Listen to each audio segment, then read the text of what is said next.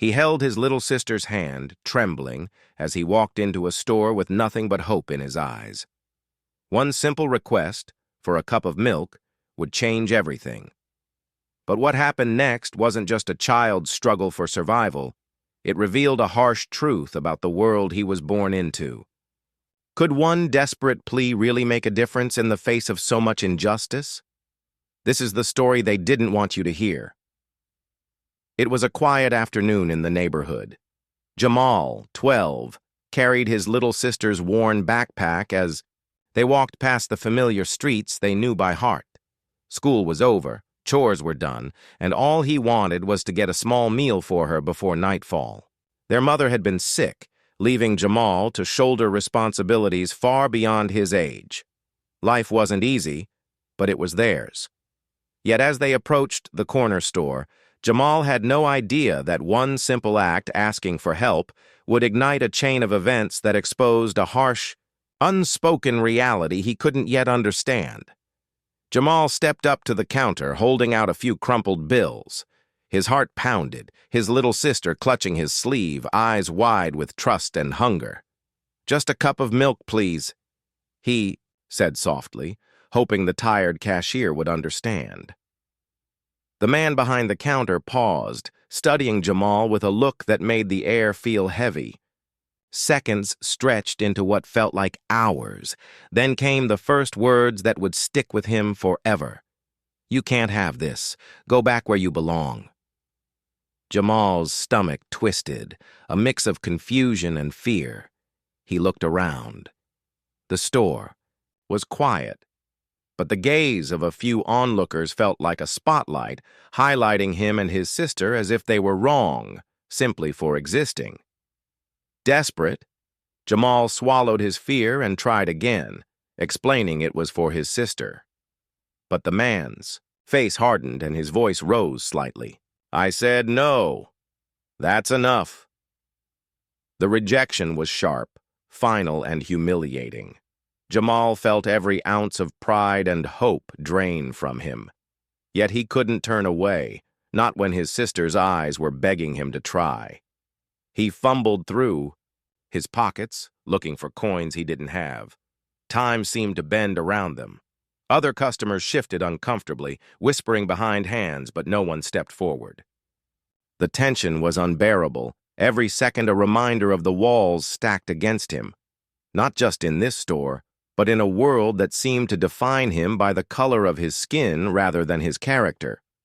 Finally, in a voice barely louder than a whisper, Jamal made a promise. "I swear I'll pay you back when I grow up." The words hung in the air, fragile yet defiant. The cashier's expression didn't change, but the words had weight, echoing far beyond the counter, reverberating.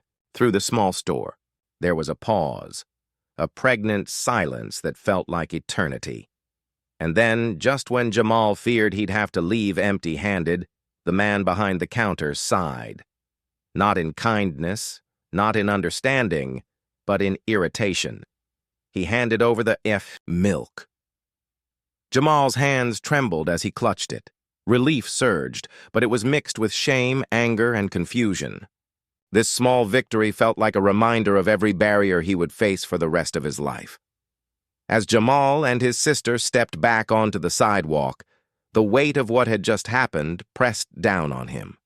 He glanced at the cashier one last time, a silent question burning in his chest.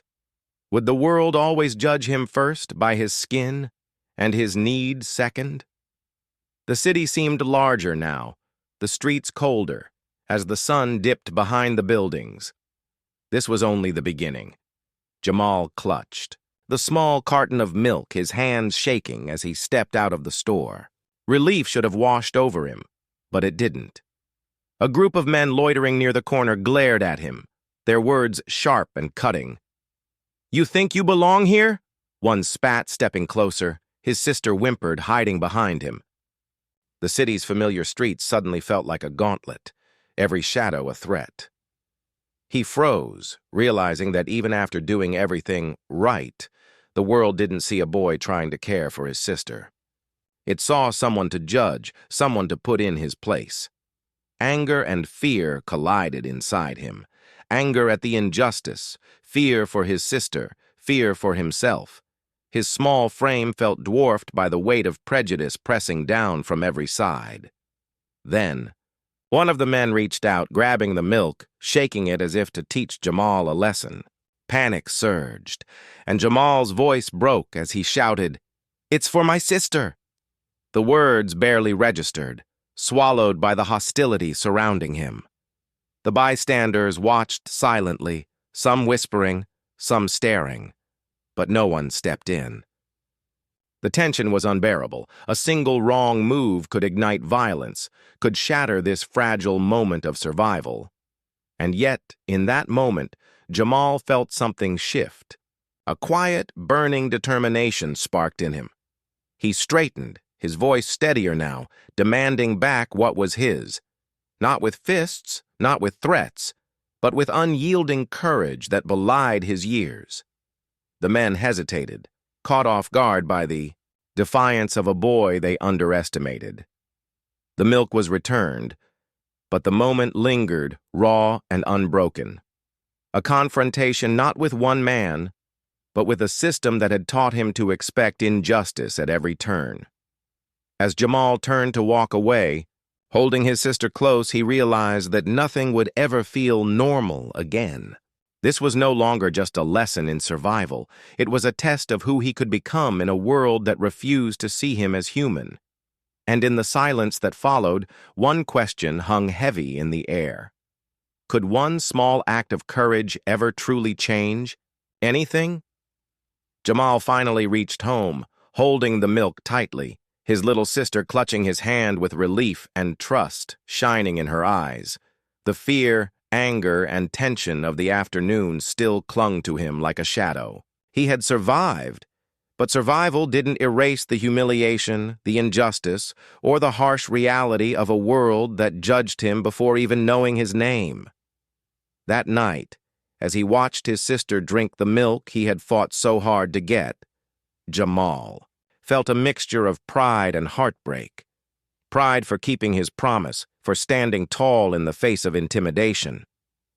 Heartbreak because he knew that moments like this, moments where a child must confront the cruelty of prejudice, were far too common. This wasn't just his story. It was the story of countless others who face similar trials daily, invisible yet profoundly real. The incident left an indelible mark on Jamal. It taught him that courage is often quiet, that resistance doesn't always roar.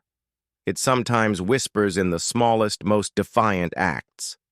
And it revealed a truth too many try to ignore, that injustice isn't always loud and racism doesn't always wear a uniform.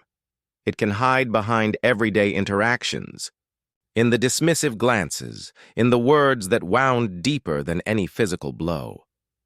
As Jamal closed his eyes that night, he carried more than relief. He carried awareness, resilience, and a question that would linger long after the milk was gone.